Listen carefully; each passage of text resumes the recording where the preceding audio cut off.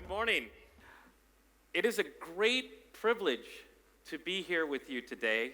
This is also my first time ever in my life in Bali. Thank you for hosting me. I hope it's not the last time either. I've fallen in love with your country.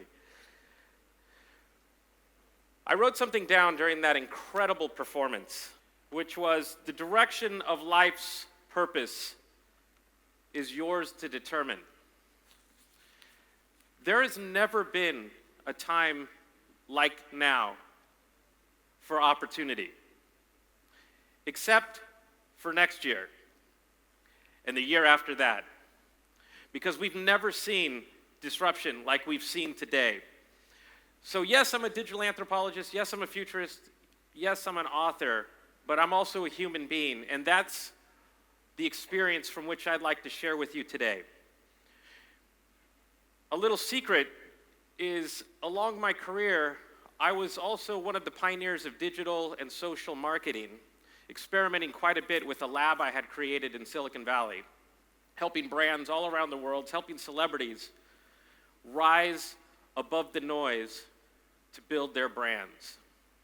I was even the CMO for a company that made originally the Beats headphones. Do you remember Beats? It was such a frustrating job because the CEO did not understand new media, did not understand all of the opportunities. And I think many of us face those challenges. That's why in the theme where it says, make your mark, it couldn't be any more true. Because not everyone has the vision, not everyone has the determination to transform the world. But you do. That's why you're here, right? That's why I'm here. I'm here to learn.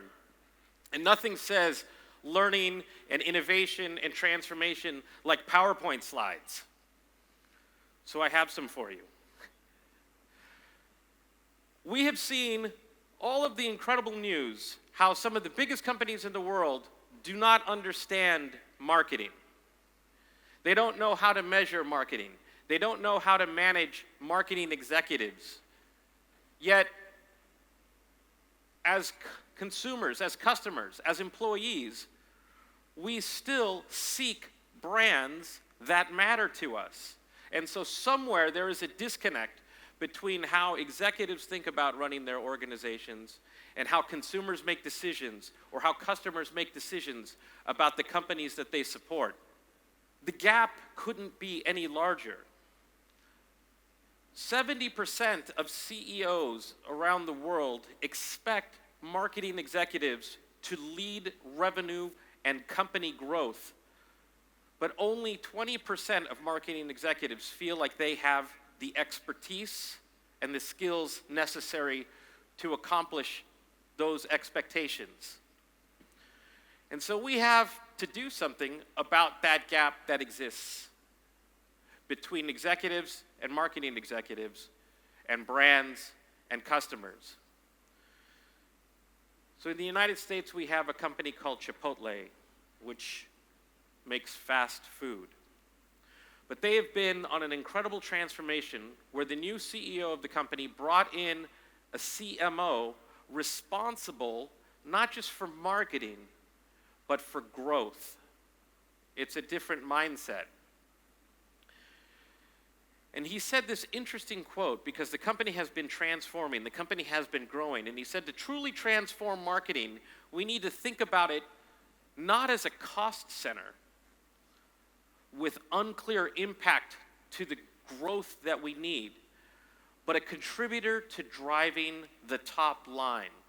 And that mindset is not necessarily what we learn in university about what advertising is or what marketing is or what branding is. But the pressure to drive growth is very real. One of the biggest trends happening around the world in pockets that I'm paying attention to right now is the rise of what is called a growth designer. A growth designer is someone who's focused on acquiring new customers, driving engagement, bringing in revenue, and reimagining metrics to have a direct connection to return on investment.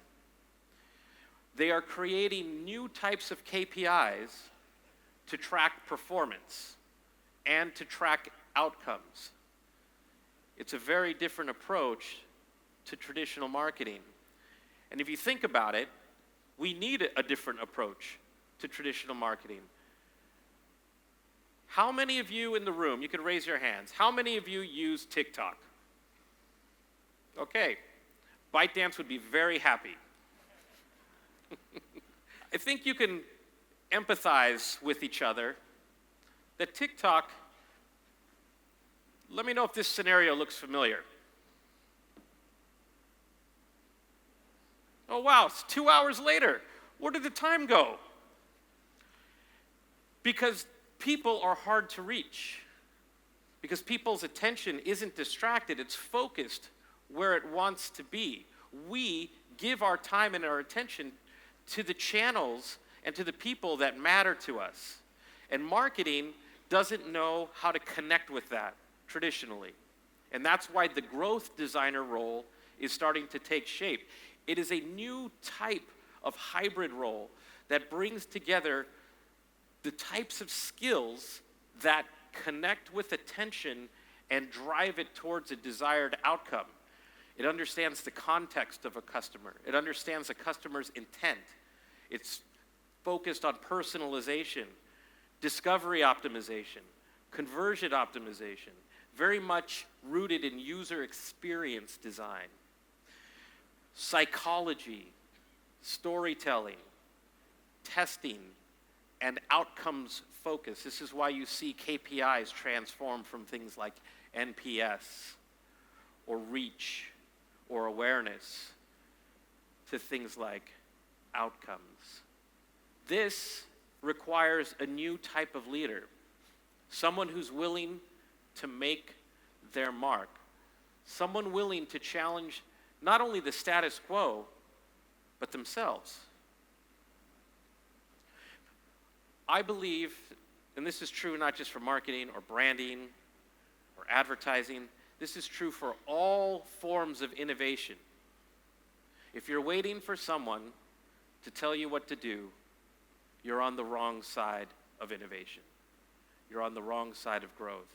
And there's nothing wrong with that.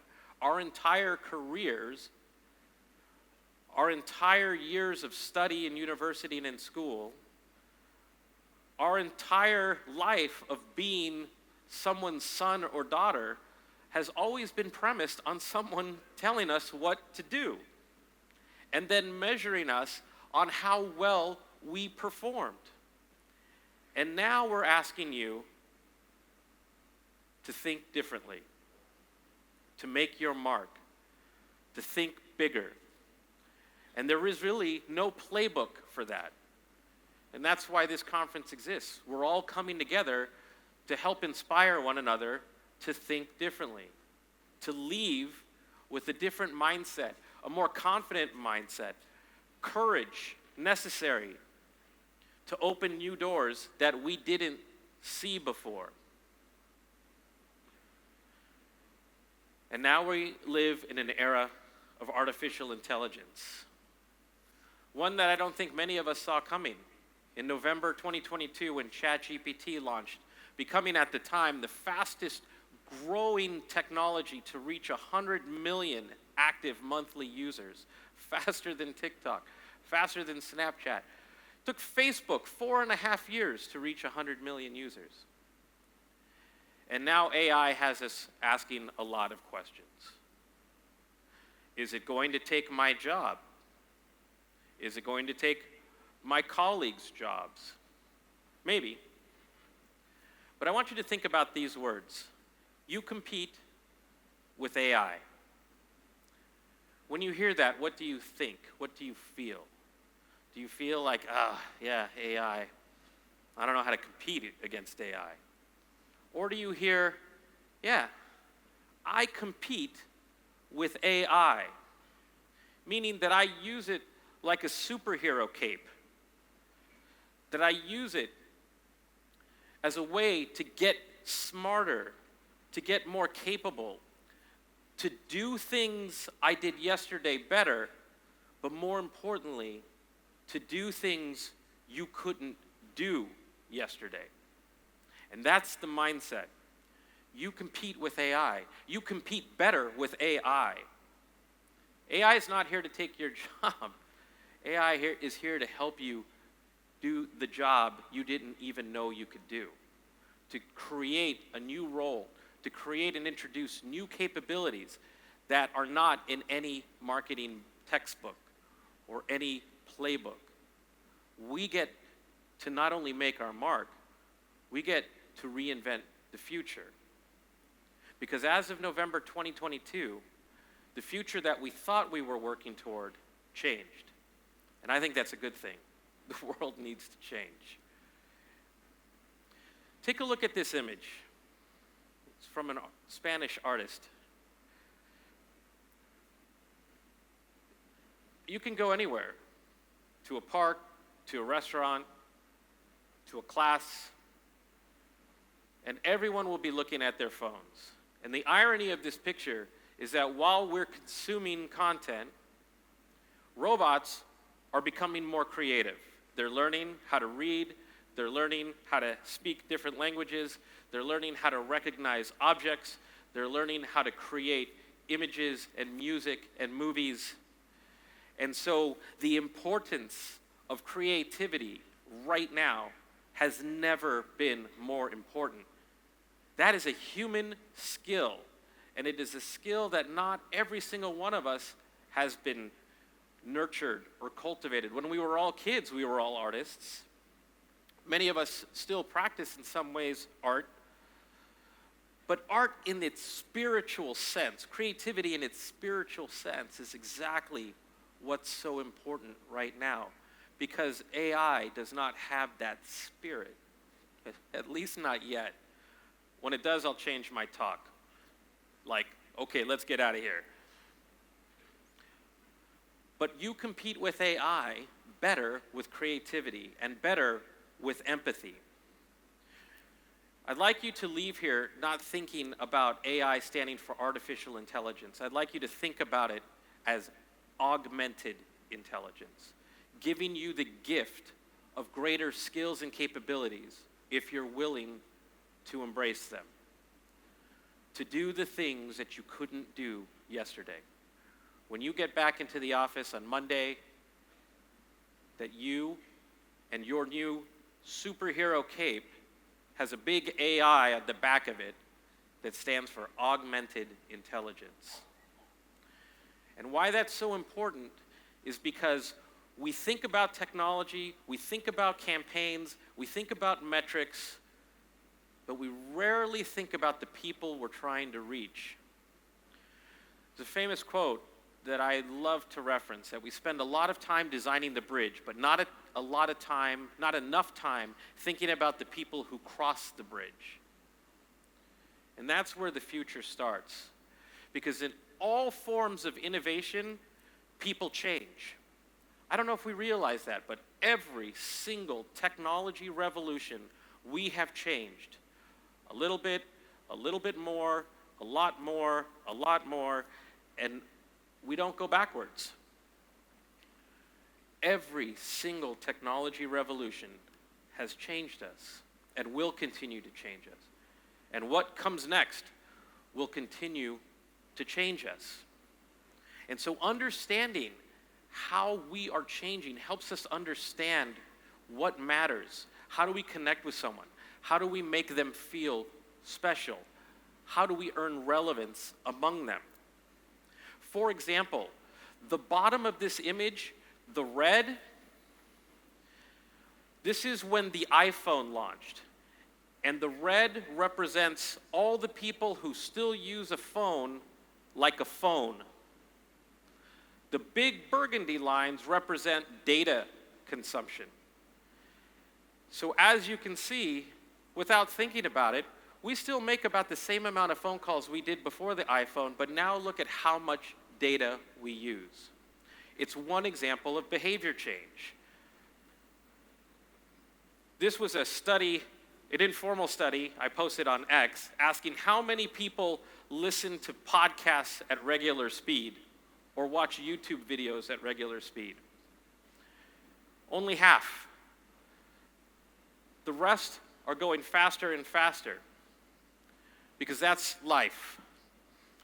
It's making us move faster and faster to the point where consumers are asking TikTok to ask musical artists to speed up their music. I don't know what's going on. I don't agree with it, but it is what it is. And as a marketer, as an executive, what it's telling us is people are moving faster. And we have to find new ways to connect with them in ways that matter. And there are 3 trends that are happening right now as a digital anthropologist that I'm tracking. One is what's called the introvert economy.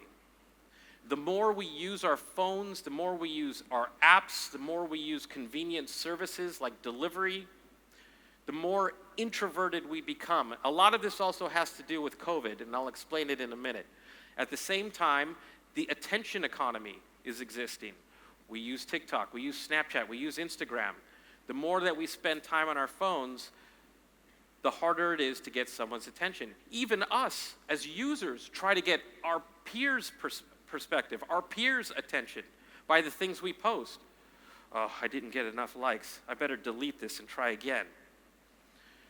And now we also have the AI economy, where not only are we learning how to use it in our jobs, but the people you're trying to reach are using it in their lives to help them make important decisions.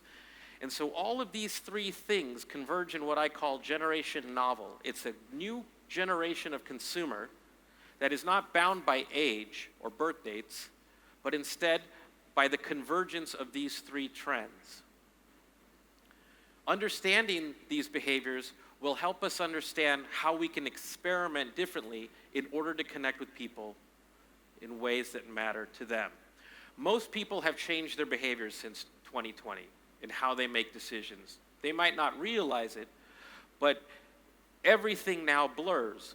Real life, smartphones, laptops, games, everything is converging, and the new customer journey needs to be reassessed from end to end to make sure that it's not only connected, but that it's intuitive and seamless. In fact, I call today's modern consumer an accidental narcissist because we've all gotten used to getting things faster, to having things more personalized. I mean, I don't know about you, but anytime I open Instagram, I think it's listening to me. Let me think about that. Champagne. Okay, so when I go back to Instagram, I will have ads for champagne.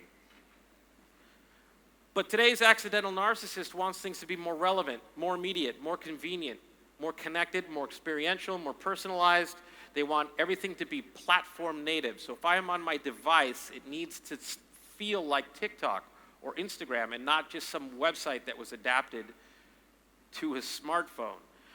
They want you to know them. They want you to anticipate their needs. This is where AI comes in. They want you to innovate, and most importantly, this was the number one thing that customers wanted to see from businesses after 2020, is that they wanted you to be more trustworthy, that human element. So in the United States, I used to advise a company called Uber. And I want to give you an example of the accidental narcissist. So in Uber, at the time, we had only one competitor other than traditional taxis, which was a company called Lyft.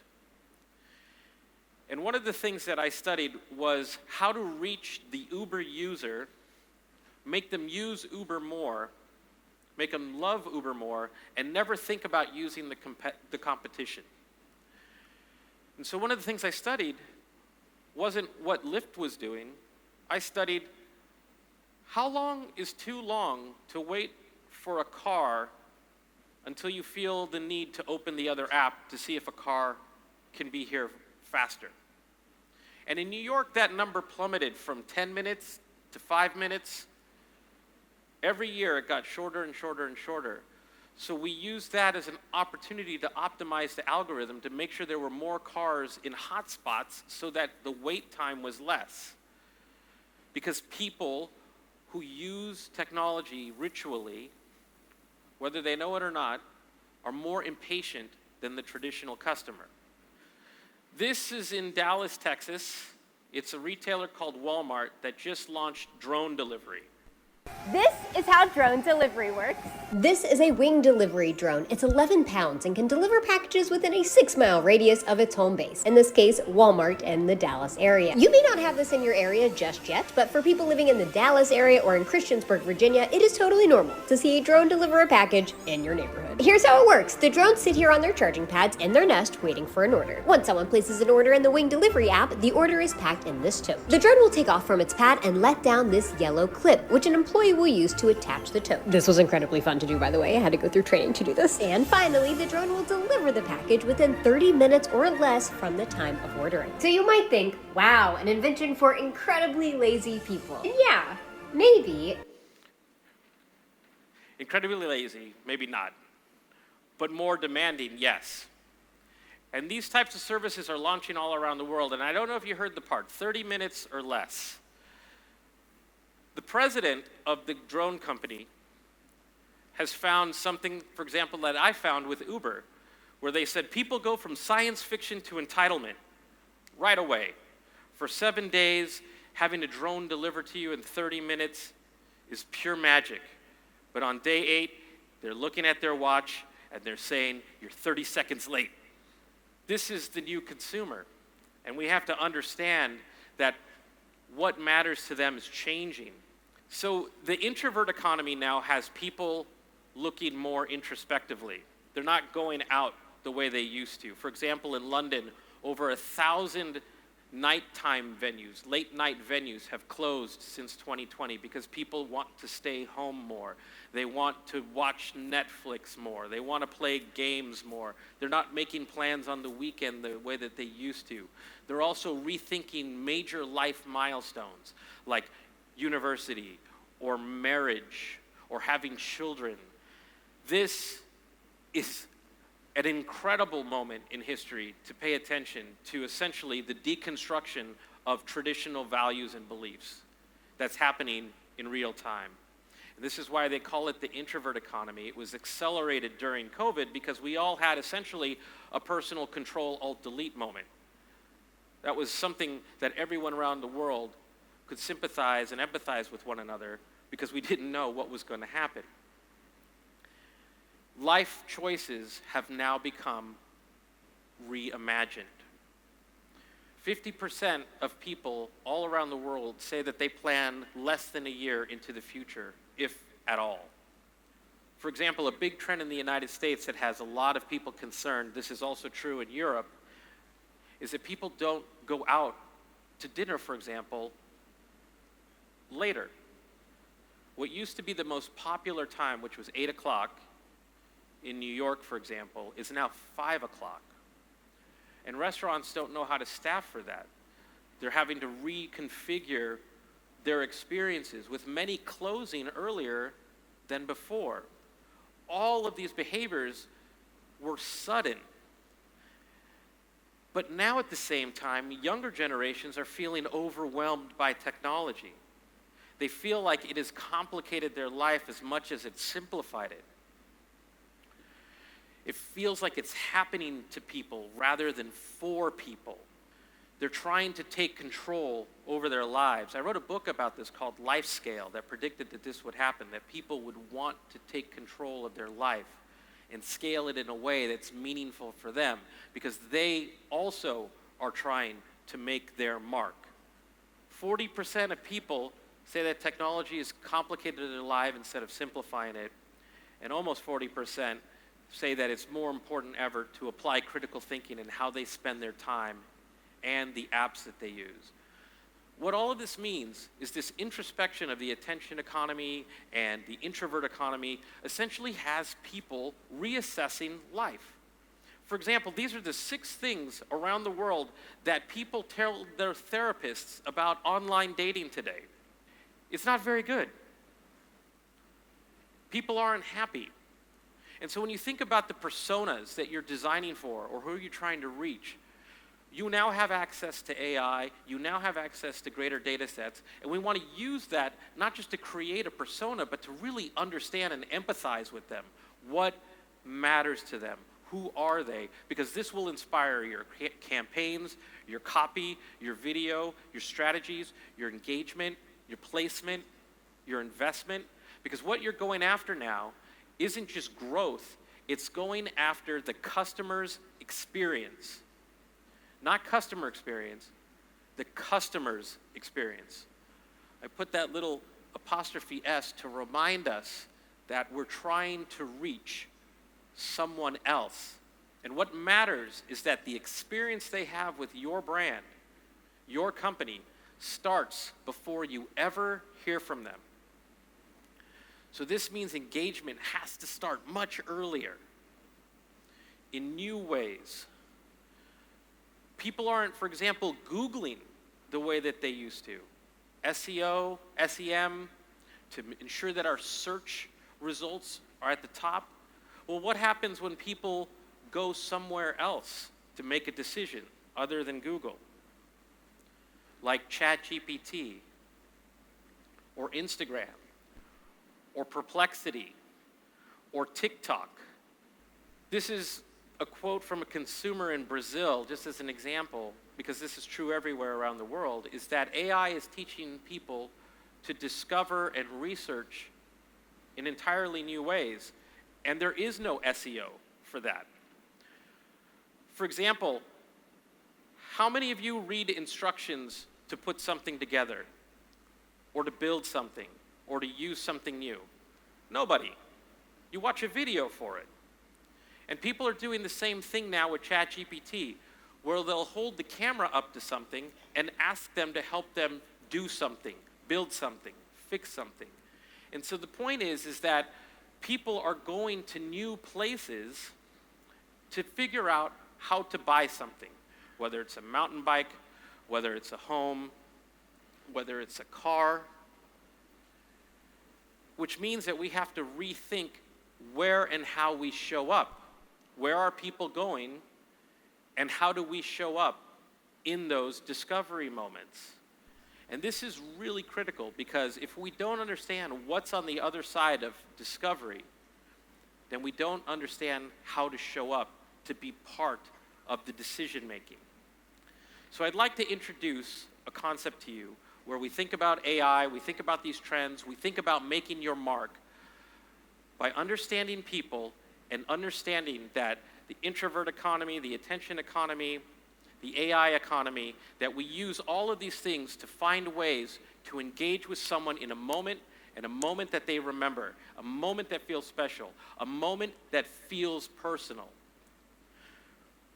There was once the golden rule of life, which was treat others the way you want to be treated. But now there's a new golden rule. Treat people the way that they want to be treated. Because that's what digital has done for us. That's what technology has done for us. It's changed our expectations to make things matter more. And experience becomes the thing that we can compete with. Once you have someone's attention, how do you make them feel? Because experience is what people want. Because experience is personal. It's an emotion. It's how someone feels in a moment. It isn't just about the clicks. It's about helping people feel valuable, help people feel special, help people feel rewarded, help people accomplish something, help people feel like you're building a relationship with them. I call these moments ignite moments. And they are the moment when you have someone's attention, whether they find you in AI, whether they find you in Google, whether they find you in TikTok or Instagram, that once you have their attention, the experience and the journey that you take them on is meaningful and special. And new measures for growth become measured by the experience that people have and the outcomes on the other side of those experiences. Because the true purpose of an Ignite moment isn't the technology. You use the technology as a bridge. It's understanding the people on that bridge to be the light when people are so distracted or moving so fast. to convey empathy, that you understand them, to deliver on an upgraded relational promise that you get them and that they matter to you, to exceed expectations, to deliver wow, to add magic, to build trust, to engage and nurture new behaviors together. None of these things say use ChatGPT more. It just says be more human. So use technology to be more human. Understand their love language. Understand how they communicate. Understand how to convey understanding and to earn relevance. All of the experiments that I conduct today are delivering experiences using AI, using data, using personalization techniques to engage more. I will move to just the last thing I need you to see, which is give yourself permission to be curious, to imagine, to wonder out loud. It's how you will think differently, how you will grow differently, and how you will thrive, especially in an era of uncertainty. Just learn how to get stuff done. And what I mean by that is, I've seen at every level people who are very good at describing problems, people who are very sophisticated in explaining why something went wrong or why something can't get fixed. But what I'm always looking for is, no matter how small the problem or how big it is, somebody who says, let me take care of that. Let me take care of that. That's the role we're going to play. We're going to find solutions, we're going to create opportunities, and we're going to reinvent the future. This is your time to make your mark. Termin Nakasi.